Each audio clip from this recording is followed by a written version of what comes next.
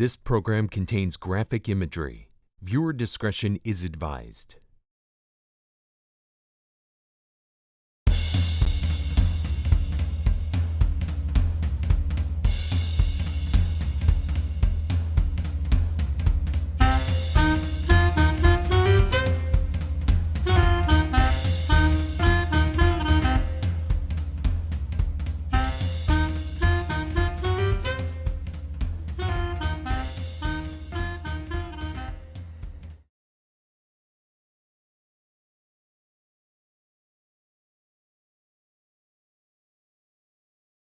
You know, when people hear the word Prohibition, they think of names like Al Scarface Capone, Charles Lucky Luciano, Benjamin Bugsy Siegel, and they also think of cities like Chicago, New York, and Las Vegas.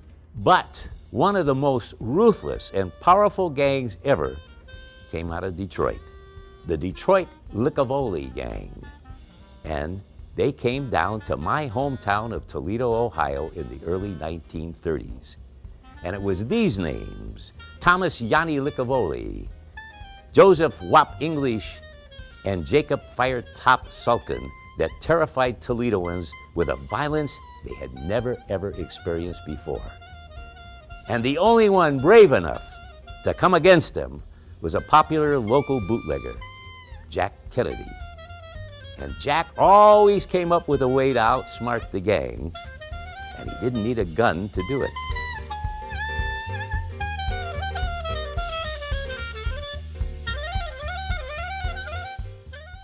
When the 18th Amendment went into effect in 1920, it banned the manufacture, sale, and distribution of intoxicating liquors across the country. And instead of creating a perfect, upright society, Prohibition produced one of the most violent, crime-ridden periods in American history, and Detroit was at the heart of it. By this time, Michigan had been dry for years already because of the Damon Act, which prohibited alcohol beginning in 1917. As a result, they had a jump on the rest of the country when it came to rum running. Detroit's close proximity to both Canada and Ohio allowed bootleggers to produce and distribute alcohol with ease. Many bootleggers favored dart boats, mahogany speedboats, which easily outran law enforcement. The boats, made in Lima, Ohio, attracted investors in Toledo, and in 1928, the Dart Boat Company of Toledo was formed. Production came to a halt during the Great Depression, but today, original dart boat models are being recreated by Ramsey Brothers Restorations near downtown Toledo, not far from the original dart boat factory.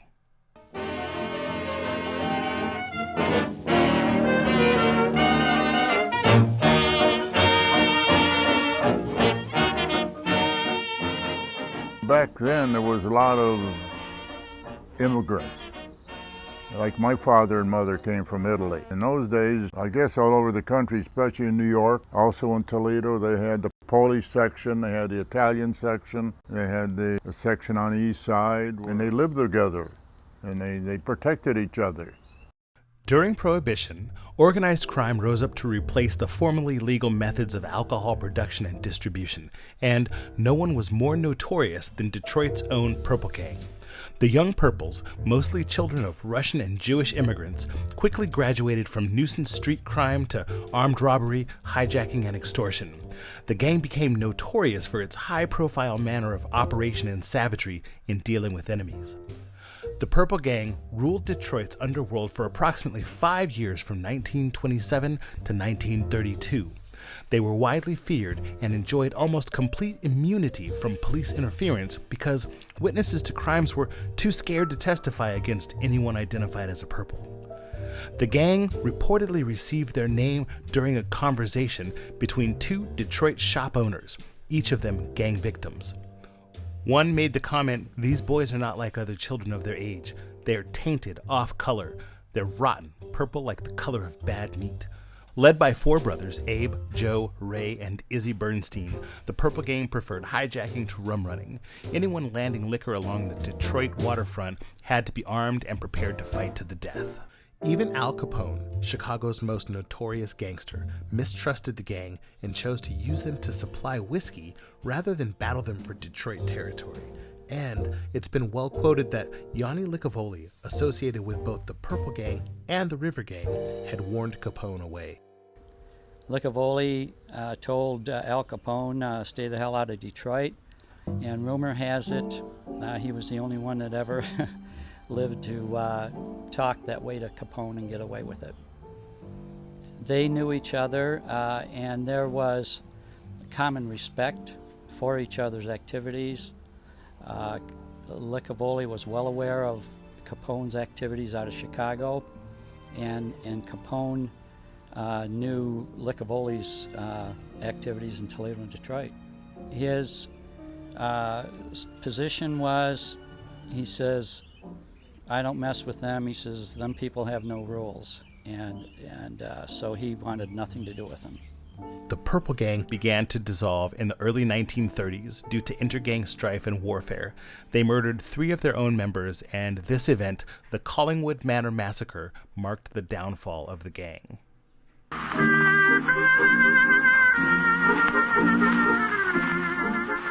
The Great Depression began after the stock market crash in 1929, and millions of people lost their job, lost their homes, lost their security.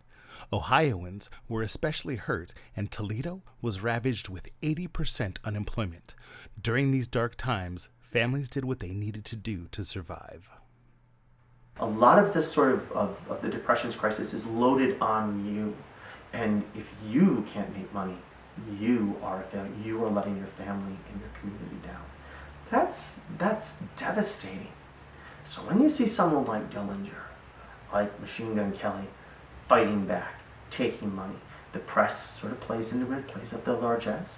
At times they are brutal killers. They'll kill bystanders. There sometimes is a tisk-tisking, but boy, they look good by comparison, and somebody's not taking this lion down. You get Herbert Hoover saying, don't worry, happy days are going to happen again. Well, once you're 2, 3, 4 years in, that doesn't work so well anymore. You can only tell people that for so long before you build a real rage. As Prohibition gripped the nation and economic depression deepened, bootleggers, gamblers, and gangsters found refuge in Toledo, Ohio. It was well known throughout the Midwest that, as long as they behaved themselves, Toledo didn't bother them. Toledo had a reputation of being sort of a more relaxed town. If you want to rob a bank, go over to Cleveland, rob them, come on back here. Don't rob within Toledo's borders.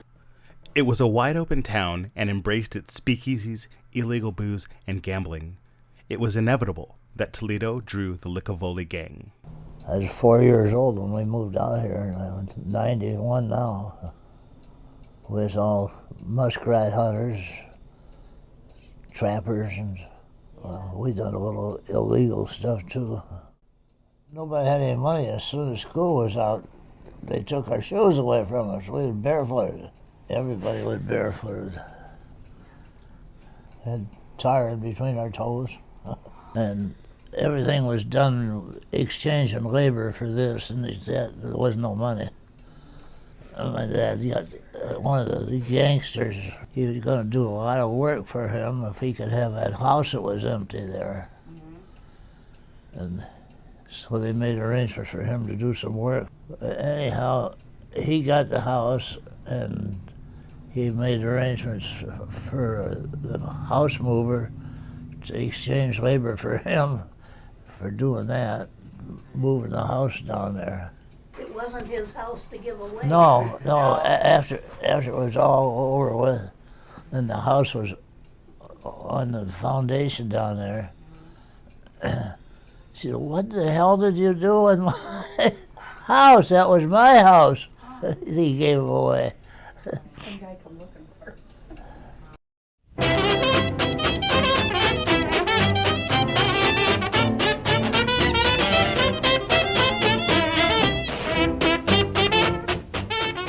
Thomas Yani Licavoli was born February 9, 1904, in the Jewish tenement slums of St. Louis to Sicilians Michael and Grace Licavoli. They had 4 children, Peter Joseph, Damiano, which was eventually slurred by neighborhood kids to Dom or Yanni, Grace, and Dominic. The family ran a prosperous fruit business, and both Yanni and his older brother Peter Joseph spoke fluent English, Italian, and Yiddish.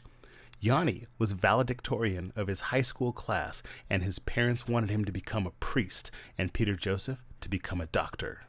But their sons were far too infatuated by the local St. Louis gangs and the tough streets they grew up exploring. By the time he was 15, Yani was already known by the St. Louis police, and by his 19th birthday, he had been arrested for carrying a concealed weapon. Because of his legal trouble, Yani decided to leave St. Louis, and he followed Peter Joseph to Detroit, where they joined the infamous Purple Gang. Yani also married Zina Mosheri, and they had 2 daughters, Grace and Conchetti. Yani quickly rose through the ranks of the criminal world to become one of the most powerful gangsters in Detroit. Well known for their brutal tactics in dealing with rivals, the brothers soon controlled a large-scale operation smuggling liquor from Canada across the Detroit River to the United States. But in 1927, Licavoli and his associate, Frank Camarada, were convicted on weapons charges in Windsor, Ontario, and served 3 years in a Canadian prison. After Yani's release, the Detroit police strongly suggested to the Licavolis that they leave. It became clear that the brothers needed a new start, and they decided to expand their liquor operations to Toledo, Ohio. They set up a meeting with Toledo and Jacob Firetop Sulkin, who helped plan the gang's move, providing them with political connections, inside information, and various operations in Toledo. Firetop was known as a fixer and got his nickname from his red hair and bad temper. He made friends with all the right people with power and influence. Firetop first met Yani and Peter Joseph at the Villa, a roadhouse on Dixie Highway. With its hidden rooms, escape tunnels, and long criminal history, it was the perfect place for them to discuss the gang's transition to Toledo. Today, the restaurant still maintains its Prohibition atmosphere, though the mirrored craps tables no longer come down and the dome above where armed gangsters used to monitor gamblers is sealed over. The villa is still full of secrets and possibly a few ghosts. We have people that come in here, they're like 70, 80 years old, and they're telling me stories about how when they were kids, their grandparents took them here. And it's just, no, it hasn't changed, and it's like, wow. And that's how we get a lot of our business, actually, is just from people wanting to come in from all the history, It really is, and you can't go anywhere nowadays like that. Everything's all modern, and, this just has so much history in it, and people want to come in here and they want to feel it.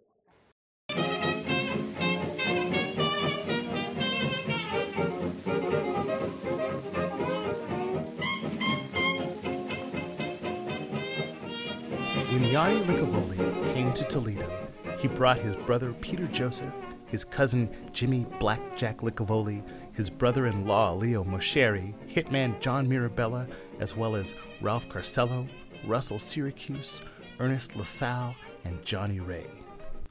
Once in Toledo, they recruited Jacob Firetop Sulkin, Chalky Red Yaranowski, Joseph Wop English, Sebastian Buster Lupica, and Anthony Whitey Bassesi. And they intentionally targeted the bootleggers because that's where the money was, according to Firetop. The 4 major bootleggers included Jack Kennedy, Jimmy Leahy, Abe the Punk Lubitsky, and Chalky Red Yaranowski. The soft-spoken and always well-dressed Yani used a combination of intimidation and brutality to try to convince them to partner up. Licavoli also turned his attention to Toledo dry cleaners and shop owners. Sign this. What is it? It's a membership in a new protective association. Hurry up, you don't have to read it. But I don't want it. I don't need protection, not that kind. I won't sign it.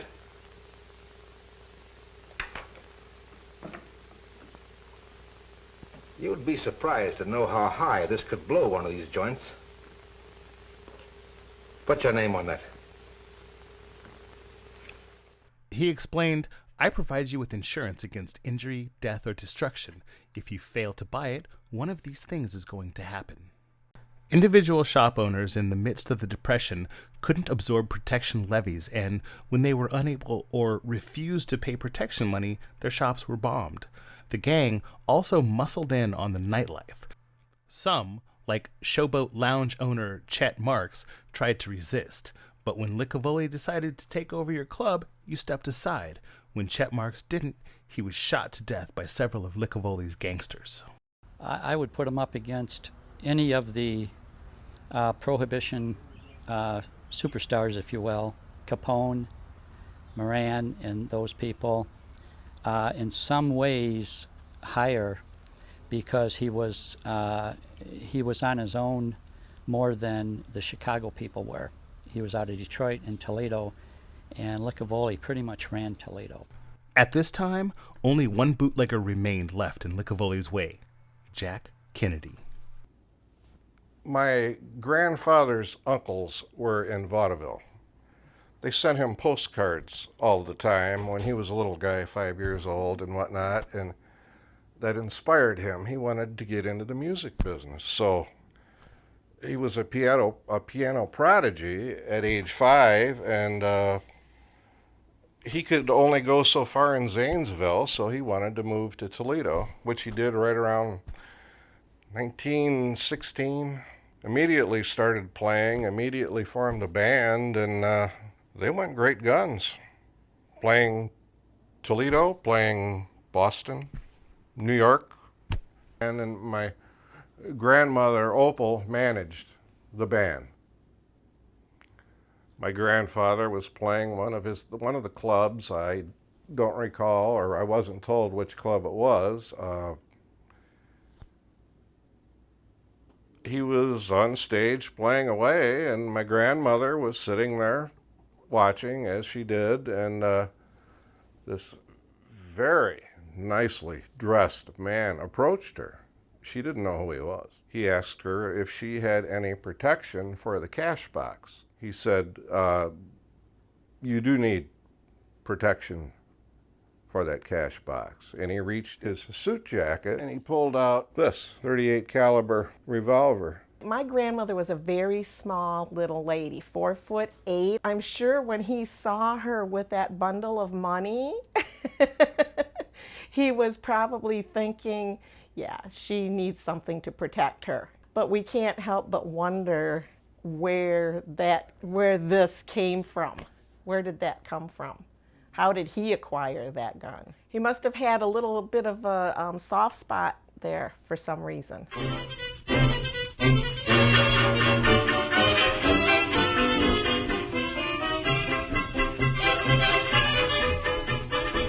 John Kennedy Sr., known by all as Jack or Jackie, was born in Buffalo in 1908 and raised in Toledo.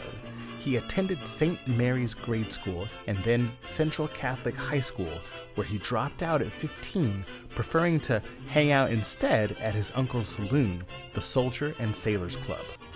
Not a lot is known about Jack's early years, but he has been described as a natural athlete, someone who was competitive, physical, and liked a good fight.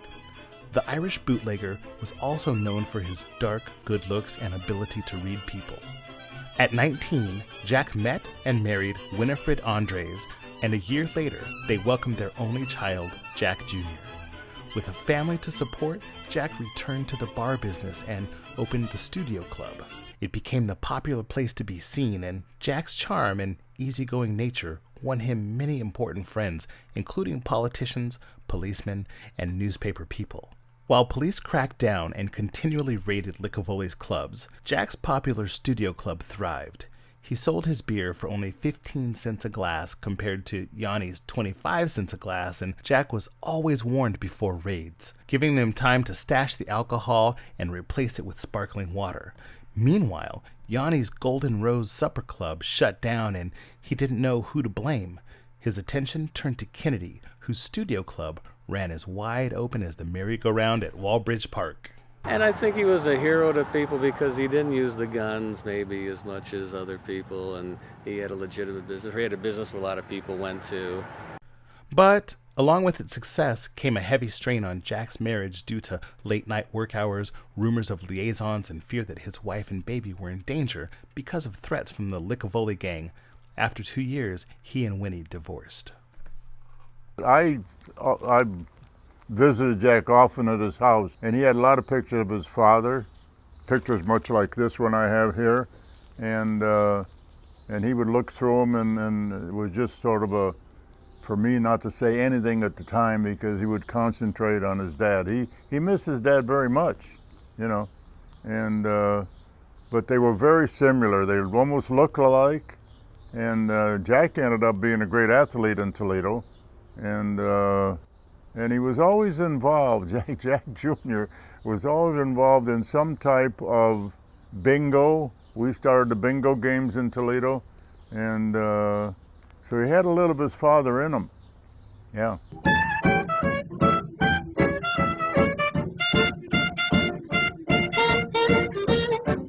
Many phrases have been used to describe Jack Kennedy: beer baron, romantic racketeer, courageous punk, even the best-looking man in town. But everyone agreed that he became a symbol of resistance. As the Licavoli Gang wreaked havoc throughout Toledo, Jack Kennedy refused to split liquor profits and found ways to continually outsmart the gang using simple, non-violent methods. All the kids liked him because he would give them candy.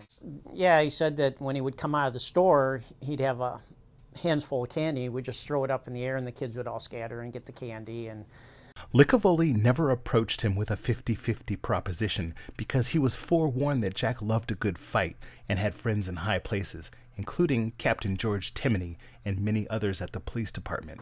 I know one thing my dad always told me. He said he could take care of himself. When Jack heard that he was on the spot, he and his friend Wilford Scherer decided to confront Licavoli at his newly acquired Crescent Club. They climbed an iron staircase, snuck through a window, and crept into a room where Yani and some of the gang were working. Covered in plaster dust, wearing work clothes, and without guns, the tables had turned. Direct as always, Jack asked Yani if there was any truth to the rumors that he was to be killed on sight.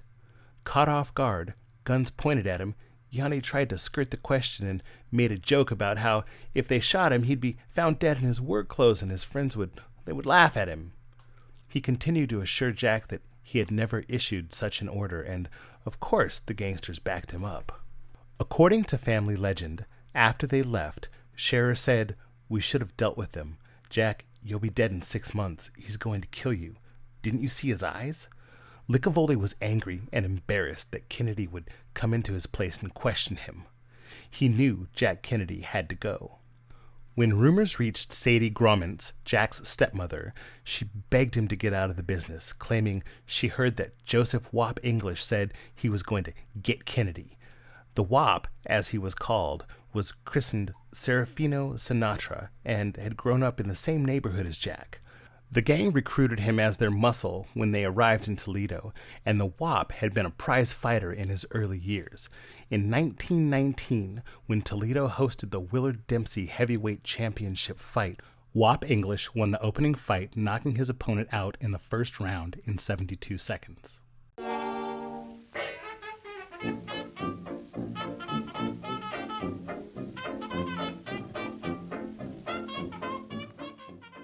On the night of November 30th, 1932, Jack and his 22-year-old girlfriend Louise Bell went to a movie at the Paramount Theater. Afterwards, they decided to go to the Studio Club for a late dinner. On the way, while waiting at a red light at Superior and Jackson, a sedan pulled up.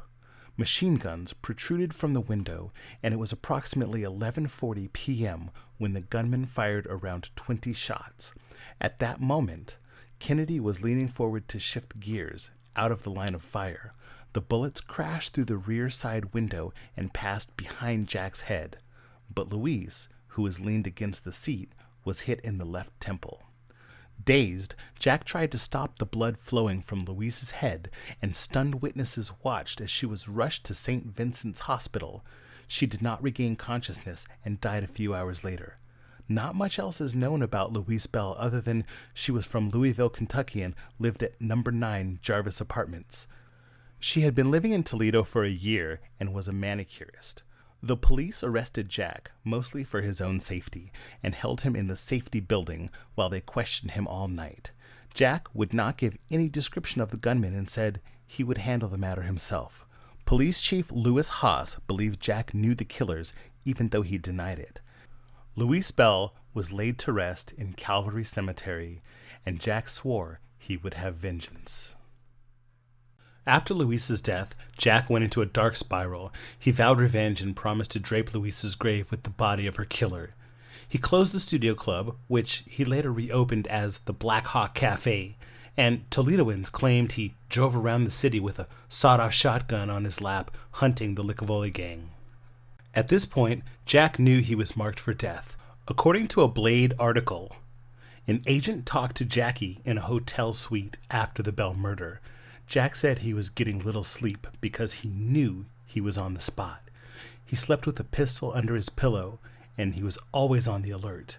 He said he didn't want to be mixed up with the police and would take care of the affair himself. The Bell murder stirred authorities into action. Toledo police cracked down on illegal stills in clubs, and a federal grand jury issued arrest warrants for Licavoli and his gang. But they were unable to be located. The police and prosecutor proved to be ineffectual and hindered by politicians. Frustrated by the lack of results, Toledoans turned to Fraser Reams. Known for his dashing good looks and honesty, his campaign, Clean Up Toledo, appealed to the citizens, and he was elected Lucas County prosecutor in 1932. He went to Vanderbilt Law School and got his degree and started to look around and practice law. His brother had moved to Toledo, Ohio as a surgeon and had a good job, good location, and Dad said, "I'd like to move up with you," and he said, "Fine, come on." So Dad moved up there and then jumped into, he came up and interviewed for a job, and while he was still practicing down in Tennessee, and he got a job, and so then he switched and met there, and he met my mother at Epworth Church, and she was singing in the choir and he was in charge of the Boy Scouts, and they met each other and got to know each other and got married. It worked. Determined to rid Toledo of the gangs, Reams ordered all slot machines out of the city, hoping to cut Licavoli's revenue and drive him elsewhere. He also ordered wiretaps on Ernest LaSalle and Firetop Sulkin, top members of the Licavoli Gang. Many believed Reams had informed Jack about legal proceedings that were in the works to remove Licavoli and his gang from Toledo, and that Jack had testified before the secret grand jury.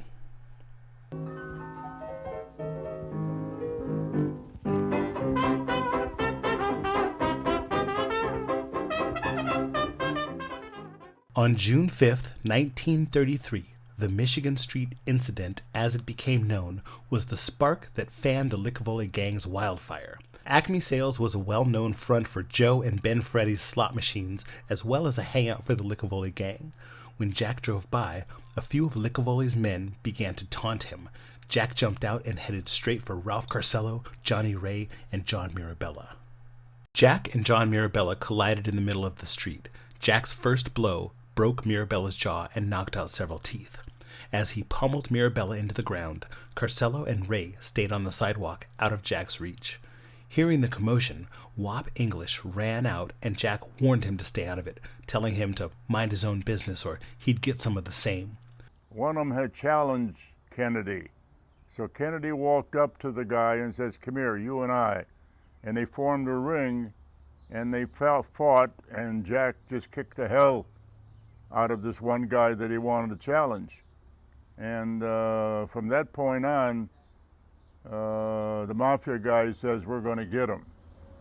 With a beaten Mirabella laying in the street and Jack's threat hanging in the air, no one challenged him. Disgusted, Kennedy turned and walked back to his Packard. Almost immediately, they fired on him. Witnesses say 40 or 50 shots were fired as Jack fled. Since the humiliating fight outside the Acme building, Jack's family and friends were worried about his safety, but Jack brushed their concerns off and instead laid low at his Point Place cottage. Most believed, if not for this incident, the feud would have probably ended when Prohibition ended later that year. Everyone was afraid for Jack, and police warned him to protect himself. Though Jack wasn't known for carrying a gun very often, he did wear a bulletproof vest.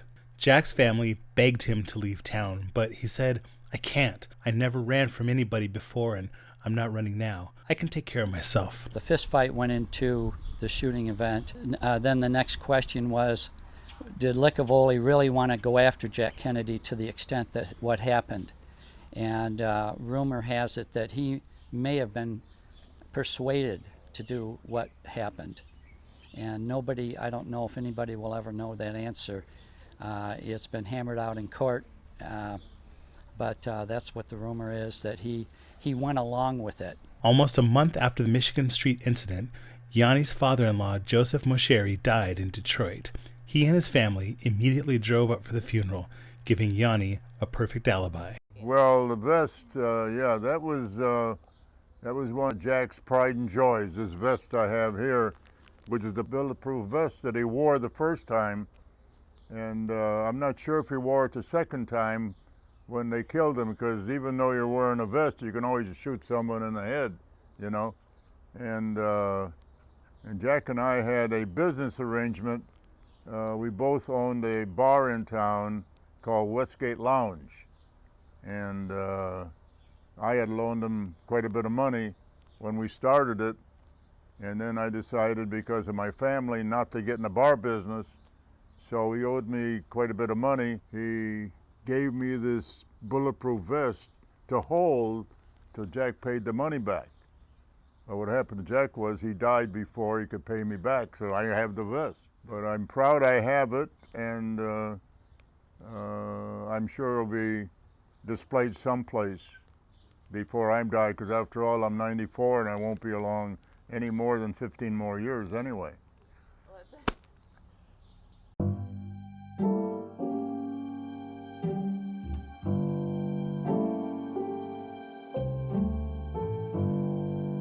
On July 7th, 1933, Jack picked up his girlfriend, Audrey Rawls. She was a model and actress originally from Missouri who lived with her mother, Claire. Known for her good looks, Audrey entered local beauty pageants and even won second place in a Paramount Pictures talent search. She and Jack had met at his Black Hawk Cafe a few months earlier. That Friday afternoon, Jack and Audrey went for a swim in the Maumee Bay and then returned to his cottage for dinner. It was a beautiful evening, and around 8:30 p.m., they decided to walk down to the corner store to pick up a few things. Jack's bodyguard, Kenneth Francis, followed at a distance. Well, the story that the Detective magazine says is that he knew that Yani Licavoli was kind of driving around out in that area, but he wasn't concerned about it. When they returned to the cottage, Audrey claimed the milk was sour, so they decided to walk back and get a new bottle. They headed back to the Edgewater grocery store, but this time without Kennedy's bodyguard. At approximately 9:40 p.m., at the corner of Edgewater Drive and 140th Street, Wop shoved Audrey out of the way and Mirabella pistol-whipped Jack twice in the face. As Jack balled his fist to fight back, the gangsters opened fire, shooting Jack approximately 12 times, killing him instantly.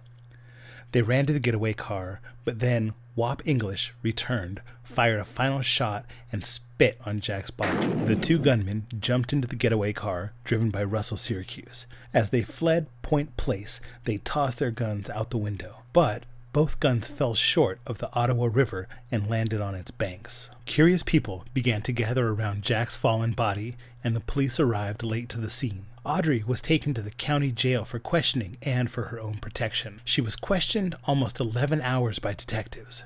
Detective Carl Hartung said that she was cool and composed and did not break until she was told that she was going to be held in custody overnight. I think all Point Points was down there. There was a lot of people seen it that didn't say nothing. They're scared to death. They don't want to be no witnesses. Jack's body was taken to the Gaserowski Funeral Home, where coroner Frank Kreft performed a detailed autopsy with more than 20 people in the stuffy, overcrowded room. According to Kreft, almost every internal organ had been punctured by the bullets, and since one of Jack's hand was formed in a fist, he had started to fight back. The city was in a fury over the death of its hero. Hundreds had showed up to Jack's funeral at Calvary Cemetery, where he was buried not far from Louise Bell. After the funeral, Audrey was arrested under the orders of Fraser Reams for her own protection. During Reams's questioning, Audrey told an obviously rehearsed account of the shooting and continued to insist that she couldn't identify either shooter. Even when she viewed a lineup with Wap and Mirabella in it, she said she wasn't able to identify either. The general feeling is that she may have been implicated. We'll never know, but it was very suspicious. Her going back down to the store, and it was just something that if she set him up, it was a terrible deal. When he did get shot, there was no bodyguards or anything. Yeah. So. That's a question. So maybe that's the thing. He thought this was safe out here. So, which maybe leads more to the conclusion that the girl was part of it. Yeah, I mean, why would you do that? He went out with no gun. No, he had a bulletproof vest. Didn't have that on. Didn't take the bodyguard. It was dark. Yeah. I mean, I guess you didn't want to live your life in fear. I don't think he was that type of guy. He wanted to sit around what's around the next corner. I think that just wasn't his style to live scared. My father was in 3C camp, 1933. He was 18 years old, and he was asked to go to California, and they corresponded back in the day by letters. That was the only way to communicate, and she got word that John Kennedy was killed in Point Place. And if I can read that to you, did you read about Kennedy, the bootlegger, being on the spot? He was shot by gangsters Friday night at Point Place. They shot him full of bullets. They are holding Licavoli to make him tell what he knows. And that was all circumstantial, but they still went after Licavoli, and they knew he didn't do the shooting, but they knew he was responsible for it.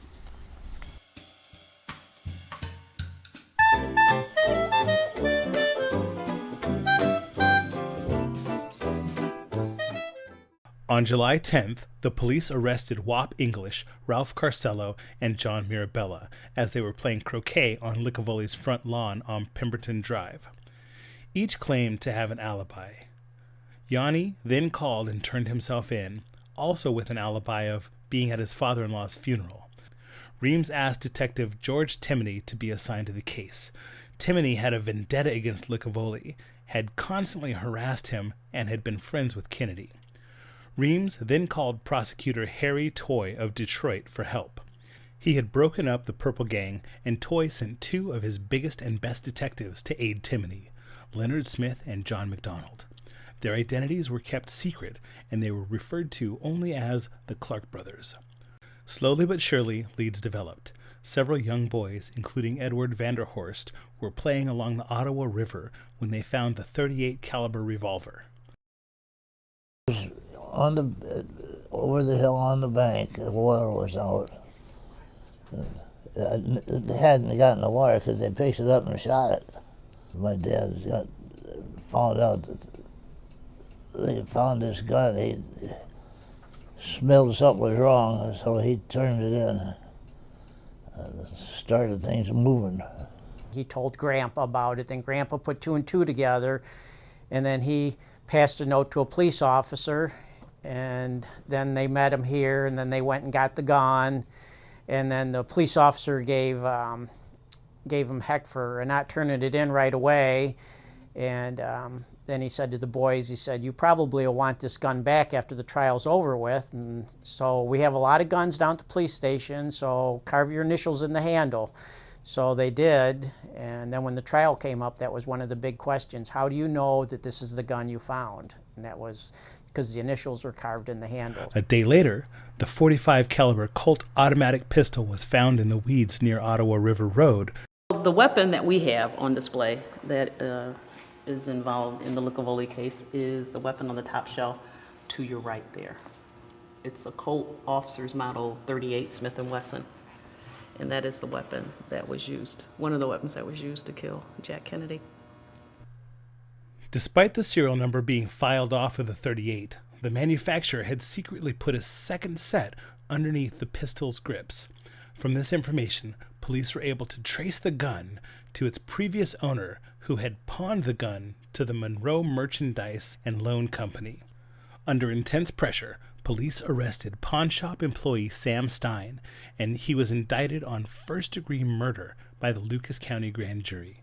Sheriff Krieger talked to 14 witnesses, yet after 11 days in jail, through error, Licavoli and his men were released without having to post bond. Reams was furious and ordered them to be arrested again. The police searched Licavoli's house but couldn't find them. Later, a secret room was found in the basement where the gang had been hiding. This is the secret tunnel or room. Looked like a bookcase from the outside, or maybe had some canned goods on it, and then we would move the shelf, and it's very heavy. Push the door open. Here we have the wires that are cut to the doorbell, which you can see it's right here, and then a huge master lock. So he would stay in there, and then the authorities couldn't find him.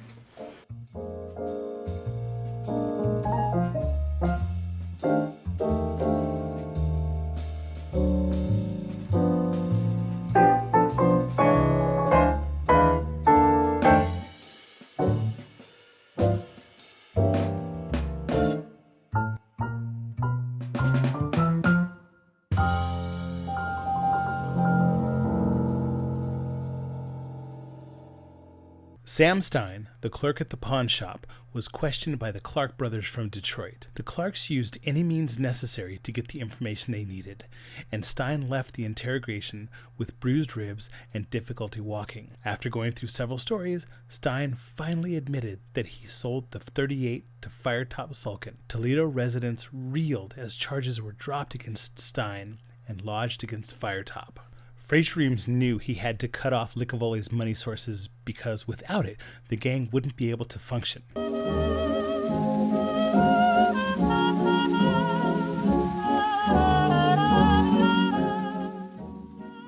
As the investigation gained momentum, citizens began to see that Licavoli and his gang were not all powerful, and they began to fall apart.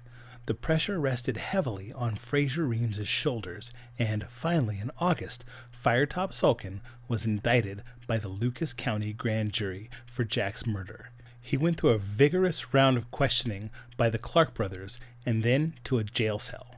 3 months later, he posted bail. In the meantime, eyewitnesses stepped forward.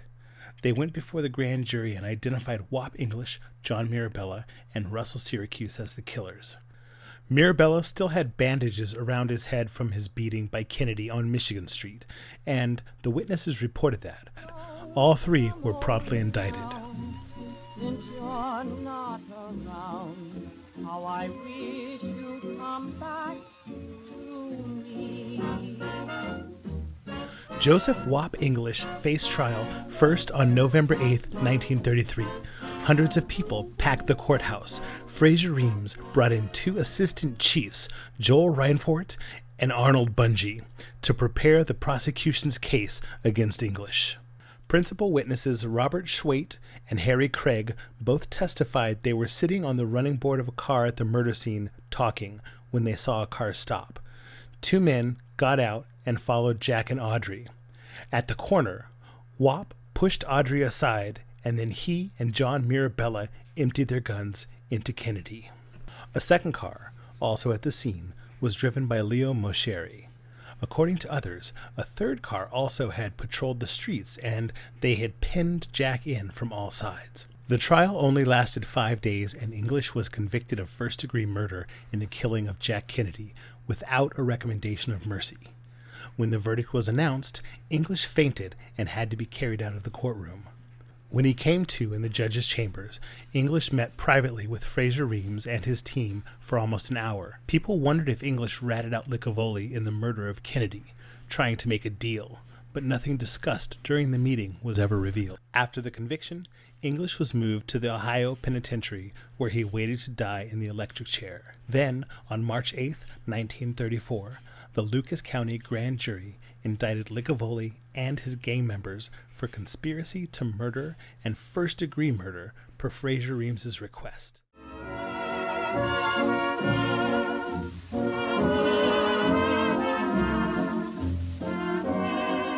Licavoli's trial began October 8, 1934, with Judge John McCabe presiding.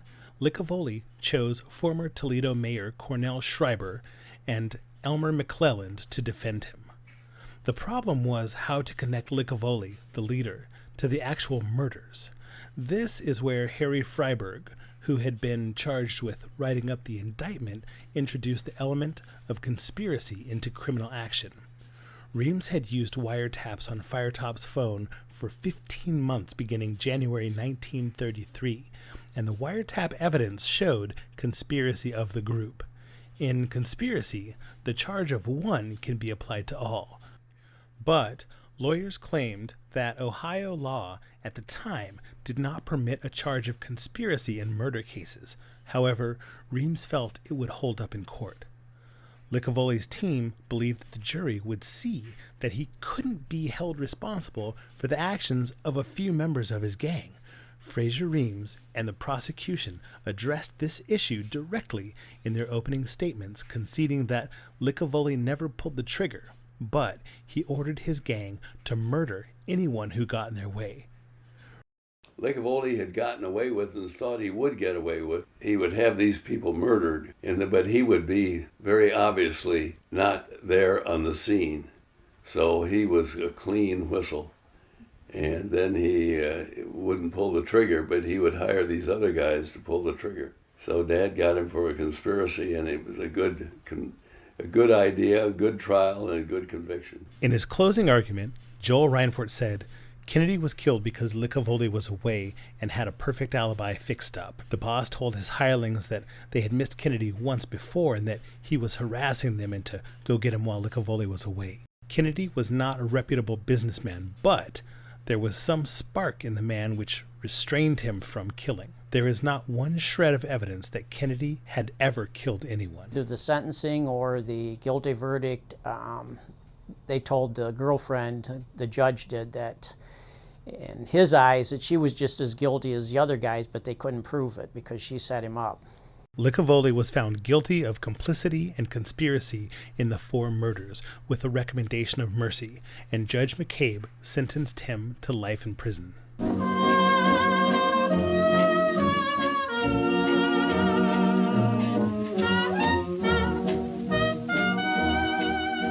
Jacob Firetop Sulkin went on trial February 26, 1935, with defense attorneys Cornell Schreiber and Paul Reagan, with Judge John McCabe presiding. The wiretap on Firetop's phone resulted in a very incriminating quote. "Always take care of yourself first, never do a favor or fix for anybody for nothing, and find out how we get paid and get the cash up front." Assistant Prosecutor Harry Freiberg delivered the final argument, saying Licavoli's gang could not have operated without Firetop's assistance. On March 22nd, the jury returned a verdict of guilty of murder in the first degree with no recommendation of mercy. But Firetop was a Toledoan with friends and supporters, and a petition was signed asking Governor Martin Davey to commute his sentence to life, which he did. This is, I think, 1930-something or other. I was born in 1934, so this happened to my mom before I was born, and she told me the story. So I hope I get it right. Anyway, she's working in a store for Mr. Elias Slyby. It's a candy store, ice cream parlor, and a roasted peanut place. And I believe it was on Erie Street, I'm not sure. And my mom was the sales lady there. And of course, people would come in to buy ice cream and roasted peanuts and candy. And ironically enough, the second floor of the candy store ice cream parlor was the headquarters of the Licavoli Gang. Wouldn't you know it, my mom. So what happens, upstairs, the guys like ice cream. So they would come down to the ice cream parlor. My mom would be behind the counter, and usually it was Firetop. And Firetop Sulkin, they call him Firetop because he had a very bad temper and he had red hair. And he used to come down, and he was very nice, though, to my mom. And he'd always buy an ice cream cone from my mom, and they'd have a chat, and then he'd go back upstairs with the gang and do whatever it is that gangs do in the 1930s. And one day, Firetop came down, and there was a customer in there that my mother was waiting on, and he was rather rude in making advances toward my mom. My mom was a pretty attractive lady, and so Firetop listened to it. He didn't say anything at that time, and my mother managed to fend the gentleman off. But the another time, Firetop came down there, and that gentleman was back, and he was a bit more aggressive now, making advances with my mom. And Firetop knew that my mom was in a situation that was embarrassing for her, so he decided to step in. And he walked up to the guy and he said, my name is Firetop Sulkin. I'm with the Licavoli Gang. I'm right upstairs there. And I don't want to ever see you in this store again. And I don't want you ever making advances to this woman again. Because if you do, it'll be the end of your days. Well, sure enough, he never showed up again. And it has a happy ending. My mom didn't have to be troubled by that gentleman ever again. And I guess that's one nice story that you can tell about Firetop. And I may be the only one that could have a nice story about Firetop. But that's what my mom told me.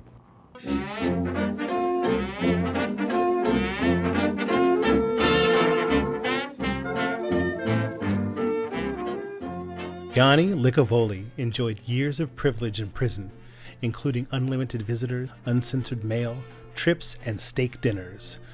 In 1969, Governor James Rhodes commuted Licavoli's sentence, and his decision was heavily criticized.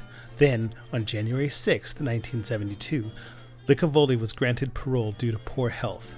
He left the Ohio Penitentiary and lived with his wife and daughter in Gahanna, a suburb of Columbus. Less than 2 years later, he died of cancer. Peter Joseph Licavoli, Yani's brother, reputed to be one of the 5 ruling dons of the Detroit family of La Cosa Nostra, was arrested, tried, or suspected of murder 7 times and released 7 times. He died in 1984.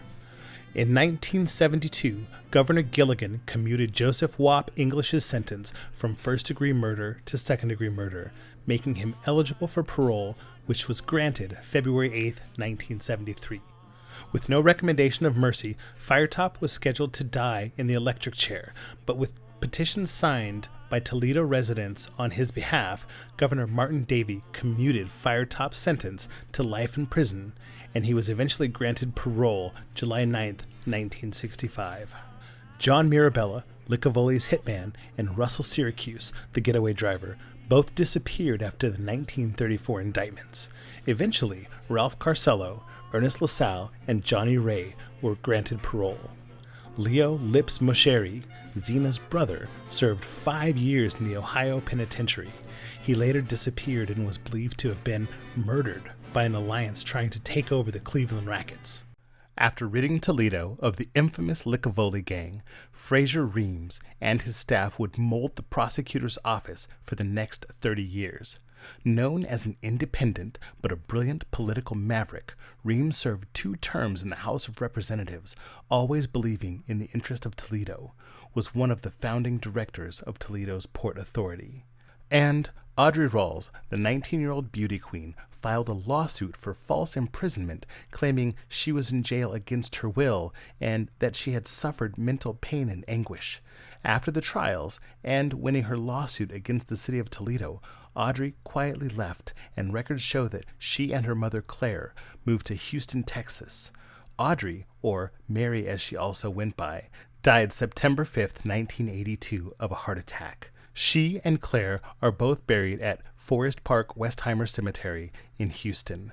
Many Toledoans believe she hadn't divulged everything she knew about Jack Kennedy's murder, and that she had helped set him up. We may never know what really happened on July the 7th, 1933, and whether Jack Kennedy was set up. But we do know that once Yani Licavoli and his gang went to prison, well, Toledo could breathe again. People didn't have to worry about walking down the street and getting caught in gang crossfire. And shop owners, they weren't forced to pay money they couldn't afford for protection. So thanks to Fraser Reams and his team and a different attitude in Toledo. The Licavoli reign of terror had ended.